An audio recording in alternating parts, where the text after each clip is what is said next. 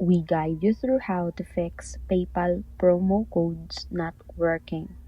First, make sure the promo code is still valid and has not expired because many PayPal promotions have limited redemption periods.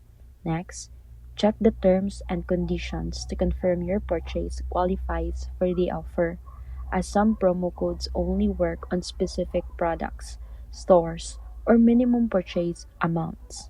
Then, verify that you are logged into the correct PayPal account because certain promotions are only available to the selected users.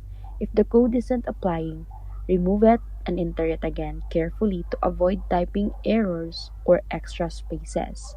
Also, ensure your payment method is eligible since some promotions require a linked bank account, debit card, or specific payment option. If you're using PayPal mobile app, try completing the transaction through a web browser or vice versa, as temporary app glitches can sometimes prevent promo codes from working. And clear your browser cache, update the app if needed, and restart your checkout process.